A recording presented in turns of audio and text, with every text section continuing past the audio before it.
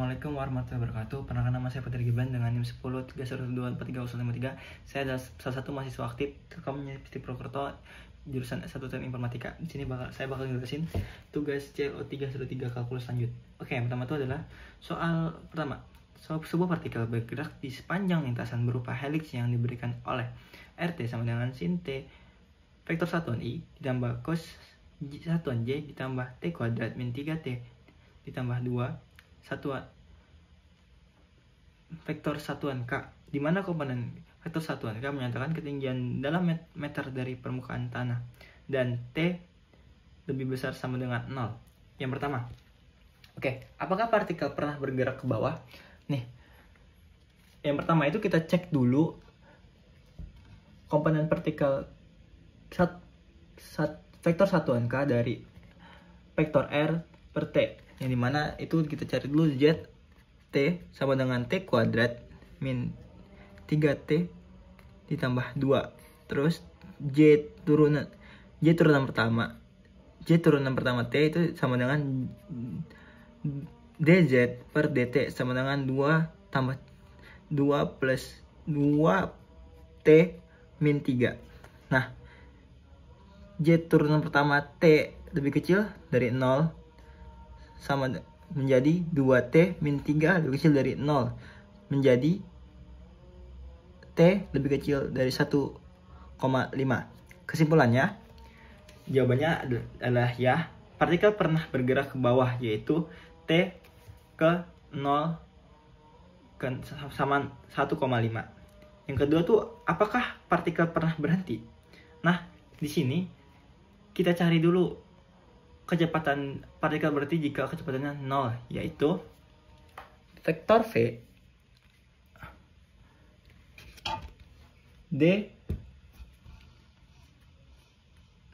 ke R per dt sama dengan cos T vektor satuan I min sin T satuan J ditambah 2T min 3 satuan K.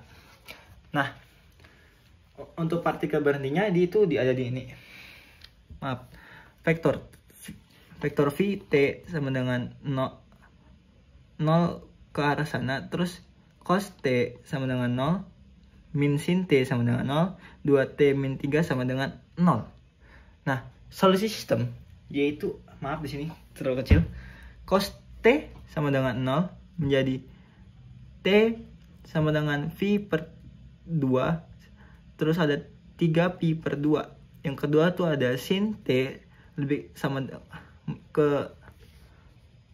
dengan 0 ke arah T sama dengan 0 V terus 2V. Terus ada lagi yang ketiga itu ada 2T min 3 sama dengan 0, T sama dengan 1,5. Jawabannya enggak. Kenapa? Partikel tidak pernah benar-benar berhenti karena vektornya tidak pernah semuanya 0 secara bersamaan. Karena ini beda di sini tadinya. Oke. Untuk yang C ya. Kapan partikel mencapai posisi 12 meter di atas tanah? Nah, ini komponen ZT tadi sama dengan T kuadrat min 3T ditambah 2. Setnya yaitu T kuadrat min 3T tambah 2 sama dengan 12 ke arah T kuadrat min 3T min 10 sama dengan 0. Nah, di sini kita pakai rumus ini. T sama dengan 3 lebih kecil per akar min 3 kuadrat ditambah 4 kali 1 dikali 10 per 2 sama dengan 3 di akar 49 per 2. 3 sama dengan 7 per 2. Yang menjadi T sama dengan 5 atau min 2. Karena tadi T-nya lebih besar sama dengan 0, maka jawabannya itu partikel mencapai 12 meter pada T sama dengan 5 detik. Oke, lanjut ke D. Di sini berapa kecepatan partikel pada saat berada di ketinggian 12 meter? Oke, di vektor T sama dengan kita cari dulu kecepatan saat T sama dengan 5. Nah, itu V, kecepatan vektor V T cos T satuan I min sin T satuan J ditambah 2T min 3 satuan K menjadi V, vektor V kecepatan banget nih, 5 sama dengan cos 5I cos 5 vektor I vektor satuan I min sin 5 satuan J ditambah 7 satuan K. Hitung besar kecepatannya. Nah, tadi kan udah dimasukin ya. Terus ini jadinya vektor V 5 sama dengan akar cos 5 kuadrat ditambah sin 5 kuadrat ditambah 7 kuadrat sama dengan akar 1 tambah 49 sama dengan akar 50 sama dengan 5 akar 2. Jadi jawabannya kecepatan partikel adalah 5 akar 2 satuan panjang per waktu pada T sama dengan 5. Terus yang ke E itu, tentukan vektor arah garis singgung saat berada di ketinggian 12 meter. Nah, ini juga hampir sama ya. Di sini ada vektor V sama dengan 5 tadi. Sama dengan cos 5 satuan I min sin 5 satuan J ditambah 7K. Jadi vektor ini arah garis sesinggungnya adalah cos 5 satuan I min sin 5 satuan J ditambah 7 satuan K. Nah, mungkin soal pertama sudah selesai.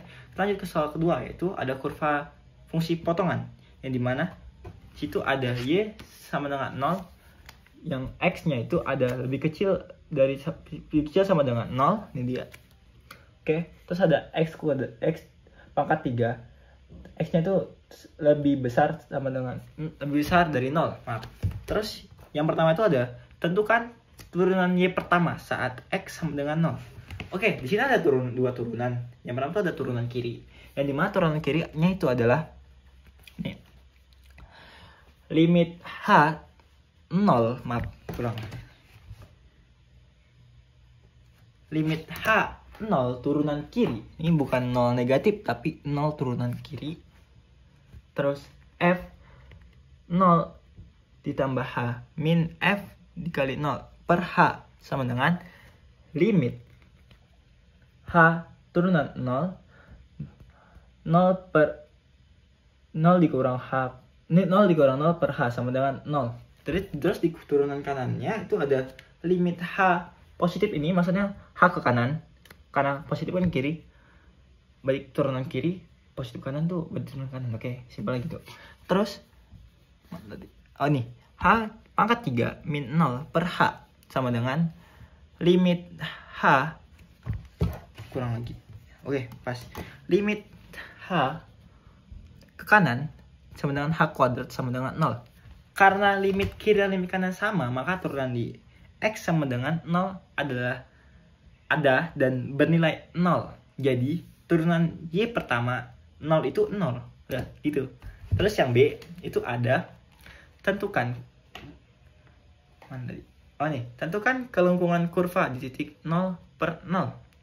Nah, di sini kita pakai rumus K kali X sama dengan Y turunan kedua kali X per 1 ditambah turunan pertama X kuadrat di akaran lagi 3 per 2. Untuk X lebih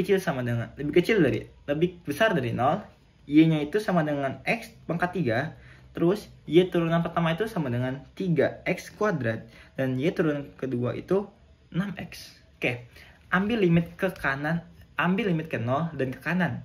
Nah, jadi dapatnya itu nih K0 K0 limit X ke kanan, 0 ke kanan, terus sini ada 6X per 1 ditambah 3X kuadrat pangkat 2 3 per 2 sama dengan 0 per 1 sama dengan 0. Jadi kalau hubungan dari titik 0 per 0 adalah 0 itu sendiri. Mungkin sedikit banyak yang saya jelaskan mungkin kurang jelas ya, karena saya juga beberapa materi masih belum beberapa mengerti. Mungkin sekian dari video saya, lebih kurangnya mohon dimaafkan. Assalamualaikum warahmatullahi wabarakatuh.